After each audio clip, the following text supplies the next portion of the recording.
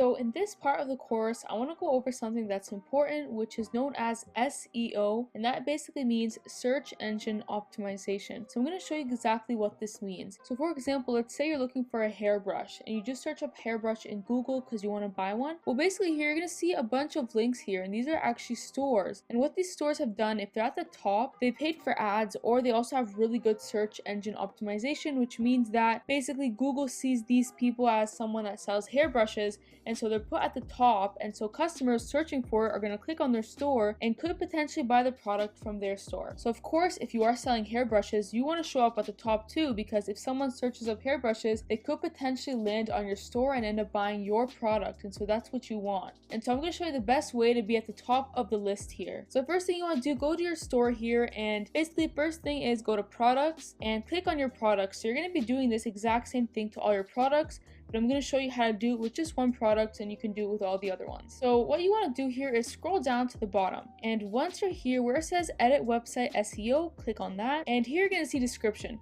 So what you want to do, just get rid of this whole description. And for the SEO here, what you want to do is actually make sure you put the product name.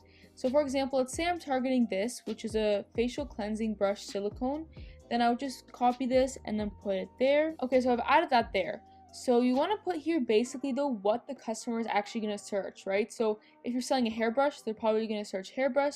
So make sure you put that in there. And you can add a couple of words here if you want, as long as it does relate to your product. Also here where it says page title, you can do the same thing, erase it, and then just paste that. And then once you've done that, click save. Now another thing you can do as well is see how we have all these images here. Click on the image, and where it says here add alt text, click on that. And again, you can paste that same thing, so the product, then click on save. And what you want to do is you want to add this to all the pictures you have here. This is also going to help you with the SEO. And another thing I'm going to get you to do as well is if you click here on tags, you might as well also tag the product. So just paste it there. And that's basically all you have to do.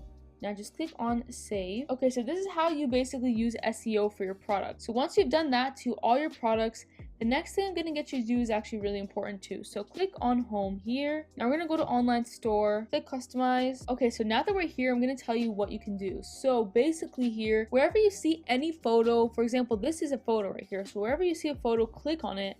And what you want to do here, click on this.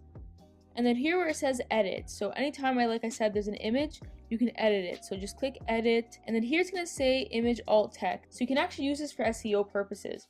So what you can do here is just put the product in here. So that was a silicone brush for me, so I'm going to click save. So whatever your product was, make sure you go ahead and do that. This is going to help you with SEO. And just click save. But like I said again, anytime you see an image where you can edit it, just make sure you go ahead and add your product. Now that's really it when it comes to SEO with dropshipping. This is the best way to do it.